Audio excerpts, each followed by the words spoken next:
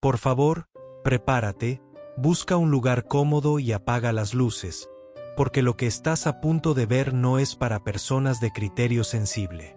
Todos creemos conocer la historia del niño que vivía en un barril, pero la realidad es mucho más oscura y retorcida de lo que tu mente podría imaginar. A través de los años, se han tejido leyendas que harían estremecer al más valiente. Desde un episodio perdido y perturbador que parece haber sido borrado de nuestra lengua para quedar atrapado únicamente en el portugués, hasta la existencia de un DVD con tintes satánicos que emana una energía profundamente maligna. El día de hoy, nos sumergiremos en las profundidades de lo desconocido para explorar los secretos que la vecindad ha intentado ocultar por décadas. Esto no es una simple curiosidad, es un descenso a los abismos de la red. Hoy te presento el iceberg del Chavo del Ocho. Nivel 1. Número 1. ¿Cuánto debía don Ramón? Durante décadas, nos reímos con las peripecias de un hombre que huía constantemente de sus responsabilidades, pero detrás de esa comedia se escondía una cifra fría, calculadora y perturbadora. Una inmobiliaria de la Ciudad de México decidió romper el velo de la ficción para realizar un análisis macabro. ¿Cuánto dinero le debía realmente aquel inquilino moroso al sufrido dueño de la vecindad? Al situar geográficamente aquel patio de juegos en las inmediaciones del Zócalo capitalino, los expertos determinaron que la vivienda contaba con apenas 32 metros cuadrados de una realidad asfixiante. Tras calcular que la renta mensual ascendía a unos escasos pero constantes 63 pesos, la multiplicación final nos arroja un resultado que hiela la sangre por su precisión histórica. 14 meses de deudas acumuladas que sumaban un total de $882. Aquella suma, que hoy parece insignificante, era el peso muerto que arrastraba el alma de un hombre que nunca pudo escapar de su propio destino financiero. Número 2. Referencia en Vecinos. Todos recordamos la nostalgia de aquellas tardes frente al televisor, pero a veces, la realidad decide jugar con nuestra memoria de una forma casi perturbadora. Lo que ocurrió en la 11ª temporada de la serie Vecinos no fue un simple chiste, sino una colisión de universos que nos dejó a todos con un nudo en la garganta y la piel de gallina. Imagina la escena: el actor Edgar Vivar, envejecido por el implacable paso del tiempo, camina frente a la fachada de una unidad habitacional cualquiera. De pronto, sus ojos se posan sobre un letrero de "Se renta", y es entonces cuando el velo de la ficción se desgarra. Con una voz cargada de una melancolía que parece venir de ultratumba, pronuncia palabras que resuenan como un eco del pasado. «Ay, mira, se renta», me recuerda mucho a la vecindad que me rentaban antes. En ese instante, el tiempo se detuvo para miles de espectadores que comprendieron que el señor Barriga seguía allí, atrapado en un ciclo infinito de cobros y recuerdos.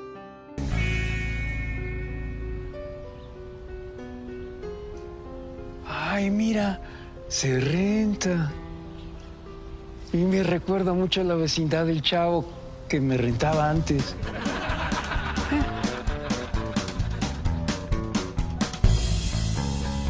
Vecinos, no se pierdan la nueva temporada muy pronto. Número 3. Stranger Things y la Chilindrina.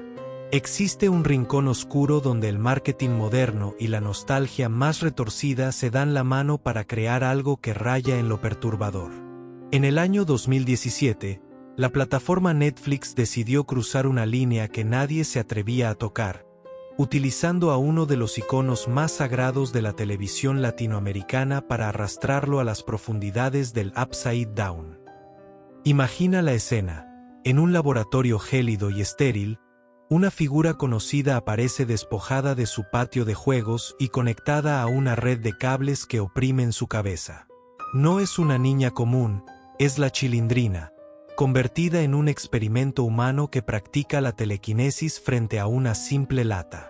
Al lograr que el metal estalle con el poder de su mente, el silencio del laboratorio se rompe con un llanto que todos reconocemos, un lamento que resuena como un eco distorsionado de nuestra infancia, recordándonos que incluso en la dimensión desconocida, el dolor de la vecindad sigue vivo. Número 4.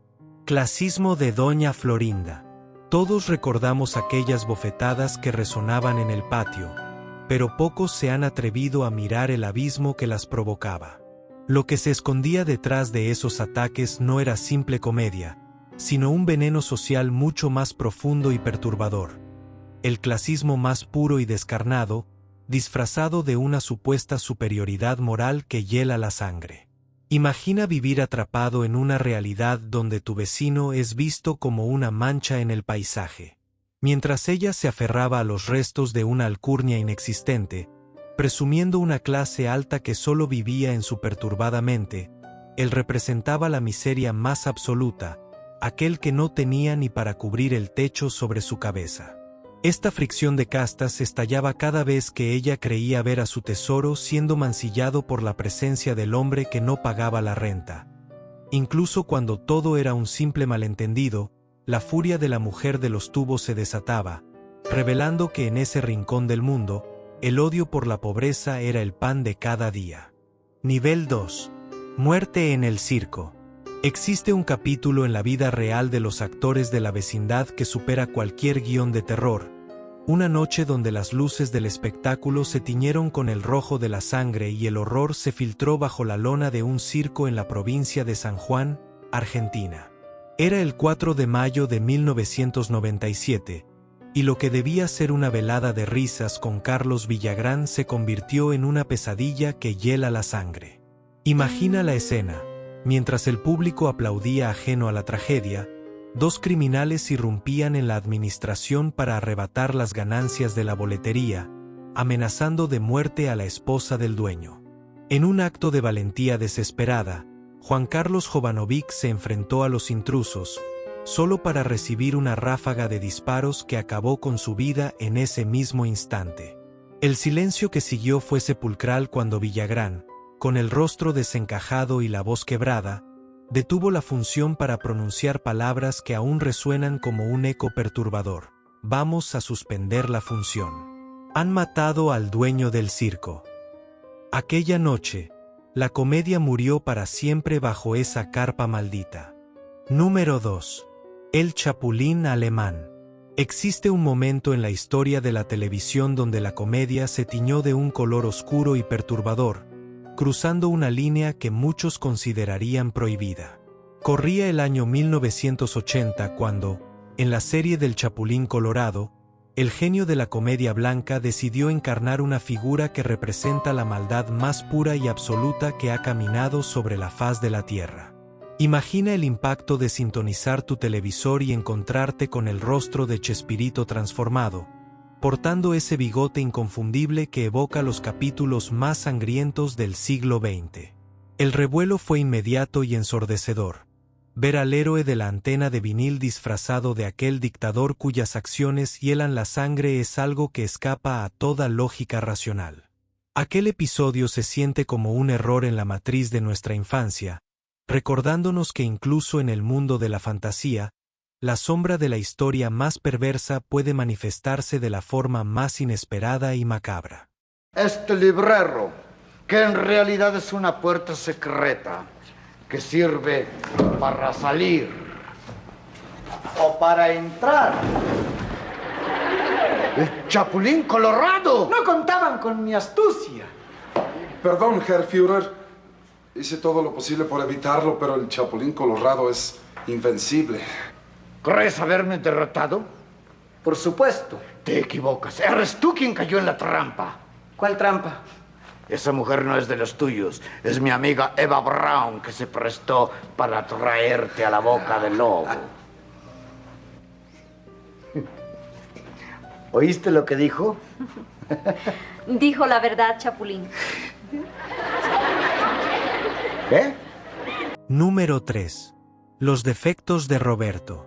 A veces, la máscara de la comedia se pudre y cae, revelando una realidad humana tan fría y perturbadora que hiela la sangre. Lo que ocurrió en aquella entrevista del año 2004 no fue una simple charla de pareja. Fue un descenso a los abismos de la vida privada de un genio, donde las palabras se convirtieron en dagas que cortaron el velo de la perfección. Imagina la escena. Frente a las cámaras, Florinda Mesa lanzó una sentencia que dejó al mundo en un silencio sepulcral al referirse a los 6 hijos de Roberto Gómez Bolaños como grandes defectos. Pero el horror no terminó ahí. En un arranque de honestidad brutal y macabra, confesó ante el público que el hombre que hacía reír a millones había sido un ser profundamente infiel durante su primer matrimonio con Graciela Fernández. Es perturbador pensar que, mientras el mundo veía a un héroe de traje rojo, en la intimidad se gestaba una espiral de traiciones y resentimientos que hoy forman parte de las sombras más densas de este iceberg. Más 5 años de andar persiguiendo, pero fuera de eso nada. 5 años de estarme persiguiendo y medio conquistada, porque si no, no me habría dado ese primer beso. No, le mandaba yo flores, señales, poemas, dibujos, me hacía retratos. Él tenía 7 grandes defectos, 6 hijos y una esposa. Entonces... No, como defectos. Claro. Bueno, entonces... 6 hijos maravillosos, ¿cómo puede uno? Como, si fueran míos serían maravillosos. Si fueran míos serían maravillosos. De todos modos, ¿no? Pero no siendo míos eran un problema y eran un defecto. Mis antenitas de vinil están detectando la presencia del enemigo. Hubo que hacer muchos esfuerzos. Él era un hombre muy infiel a su esposa.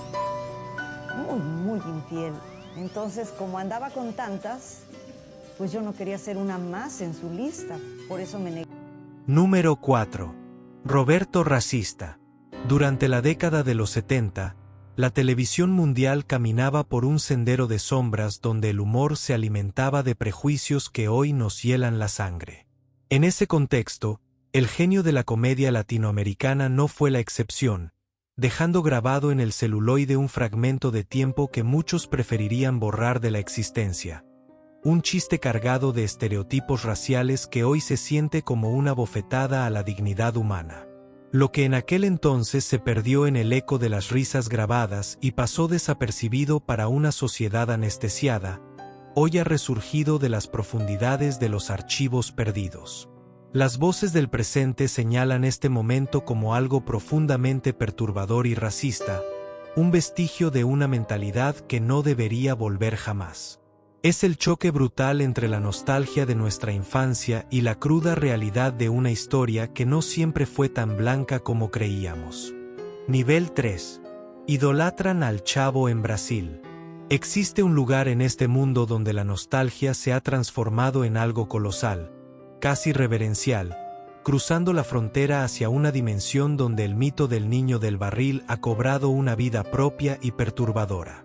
En las tierras de Brasil, la obsesión por la vecindad no es un simple recuerdo infantil, sino una realidad que se manifiesta en monumentos de dimensiones titánicas que vigilan las ciudades desde los muros, como si los ojos de esos personajes nunca dejaran de observarnos. Imagina caminar por las calles y encontrarte con escenografías idénticas a las de la serie, replicadas con una precisión quirúrgica para comerciales que parecen fragmentos de un tiempo que se niega a morir. Pero lo que realmente hiela la sangre es ver cómo la imagen del Chavo ha sido absorbida por el caos de la carreta Furacao, donde figuras disfrazadas danzan en un frenesí que desafía toda lógica.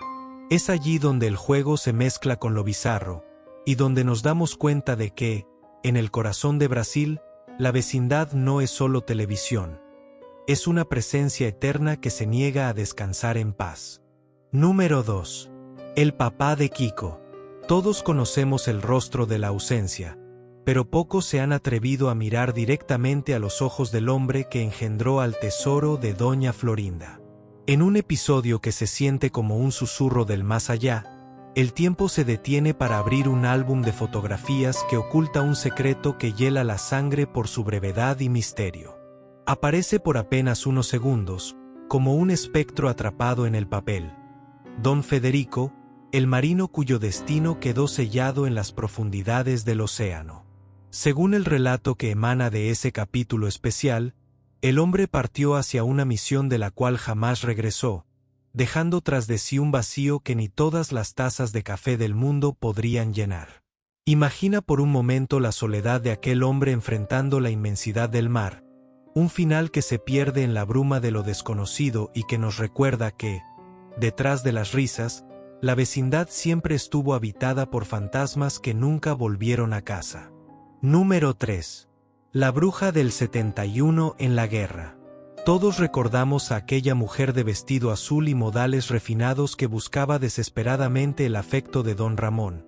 Pero detrás de esa fachada de anciana inofensiva se escondía un pasado cargado de pólvora, sangre y una valentía que hiela la sangre.